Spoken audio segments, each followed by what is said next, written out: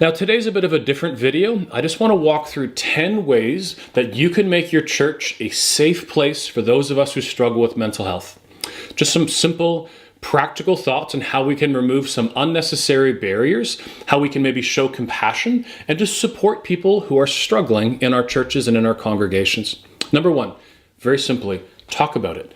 Now, not on a Tuesday or a Saturday morning or youth or young adults. By the way, you can do it with all that, but I'm saying talk about it from the pulpit on a Sunday morning service. I think the tone gets set for the entire church by the Sunday morning messages. You also, for the most part, get everyone there on a Sunday. Now, if your pastor is not able to do a talk like this, then bring in a speaker, a counselor, or another leader who can do this for your church. I speak usually 1 or 2 times a month on Sunday mornings, speaking on mental health. It's my favorite conversation that I do. I will put a card above with a link to my entire talk on mental health, just in case you haven't seen it. Maybe you're a pastor who might want some tips on what to say to your congregation. Now, this is not also just about talking about it, but talking about it properly in a balance, right? It's giving your congregation a good education on mental illness and breaking down stigma associated with it as well. It's connecting our ancient faith with our modern world with a tough conversation like mental health. It's where you begin to foster a culture of compassion, mercy, and authenticity, maybe even vulnerability for your congregation. Number 2, check your language. There are some small changes in language that can really help those of us who struggle. In almost every church I go, the musical worship leader says, "Everyone rise," or "Please rise." If I have to stand during the music, I'm just trying to hold on to the pew in front of me and not fall over. I struggle with anxiety when I'm standing, especially in churches that are kind of, tiered down. I feel dizzy. So whether it's mental health struggles like me, maybe it's an exhausted young mom or dad, maybe it's an older person with a knee or a hip injury, or just anyone else with any physical struggles, it might be easier for them to just sit. So I encourage music worship leaders to just say something like this: "We are going to sing some songs today. However you want to worship today, you are free to do so. Stand, sit, kneel, hands raised or not." Just such a simple few words that acknowledge that some people might not be able to stand goes a long way to have people struggling just feel accepted in your community. Number 3, physical boundaries. Now this might sound weird, but don't rope off pews. I get the reasons we do this, as it makes the audience look larger and it brings people to the front.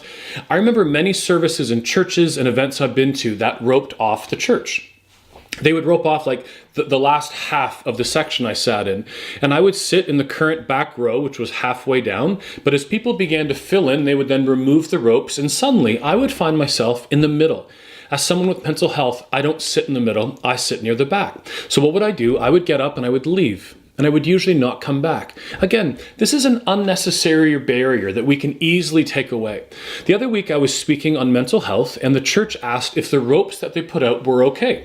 I actually said, "Can we take them away?" I just said they're an unnecessary thing, and they might actually, cause someone to not want to come. So I just said, let's be happy that the people are here and just let them sit wherever they want and wherever they're comfortable. I finished the talk, and a lady came up to me in tears afterwards and said that when she came in and saw all the ropes, she actually sat down and was just texting someone to come pick her up because she wanted to sit in the back because she doesn't feel good and didn't want to sit near the front. She then heard me asking the ropes be removed, and she sat in the very far back corner and said that she appreciated no ropes, as she was then able to have some less anxiety, and then she was able to enjoy the service. Both the last comment about letting people sit during worship and this one are actually just about listening. Actually listening with the intent to learn about the struggles people with mental health might have, and then getting rid of some of these unnecessary barriers. Number 4, turn the music down a little. I'm not saying you can't have music, and I'm not saying you can't have loud music, just maybe turn it down a little bit. For those of us who struggle with anxiety, loud music can set us off. I was at a church last year that actually said from the front, if the music is too loud for you, we've set up some places for you to sit in the foyer, and there's a large TV with the lyrics on. What a great way to acknowledge that some people find the music loud and to make kind of an accommodation for those people. I really, really like that.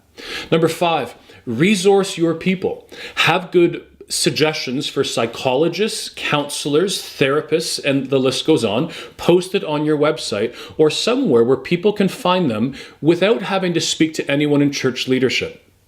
Pastors, and I say this with all respect, should not be the gatekeepers of support.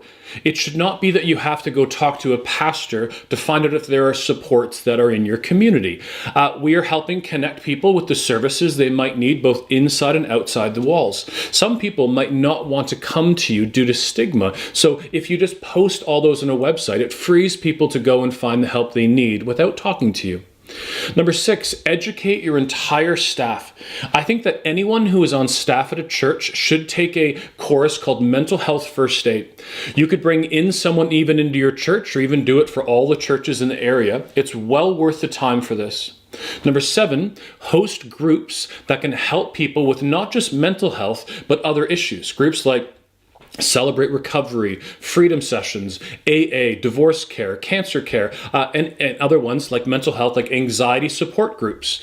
These can all help people with their different aspects of their healing journeys, no matter what they're struggling with. Number 8, many churches have a fund for people in need. We often think of this as for people who are struggling to put food on the table. But this could be for people struggling with mental health or other things. It's often called a compassion fund or something similar. This might also include being able to help some people with a discount on a few sessions of counseling. Counseling is expensive, and even to give people, a discounted amount for a few sessions would be a really great idea. Number 9, offer resources like physical book resources to your congregation. Here's an idea, maybe set up a booth each week or even once a month where you have different resources on display. This could be all the ways that your church supports people with mental health. We already talked about counselors, then we talked about, different groups. Those could all be there, plus great books, websites, other local agencies. For someone struggling, to see something like this might be all they need to know that they are not alone and that they are in a church that cares for them. And then they can access whatever supports they need. And number 10, this might sound weird, but just have a walkthrough. To finish off, I would just encourage you to have a walk through all of your entire church, from parking lot, to where you'd sit down, to dropping off your kids or whatever it would be, and just see if there's any other unnecessary barriers or ways that you could assist people who are struggling. If you are a pastor or leader and looking to make your church a more safe place for people who struggle with mental health, I would encourage you to watch my talk on mental health, I'll put it above, as well as to buy this book. It's called Mental Health and the Church by Stephen, I'm always going to mess this up, Grekvich. I've also listed my top books on mental health on this video. I'll post it as well. It's going to be tagged in the card above. I'd love to hear if you think that there are some other ways that we could make people feel more welcome or safe in our churches. I'll talk to you soon.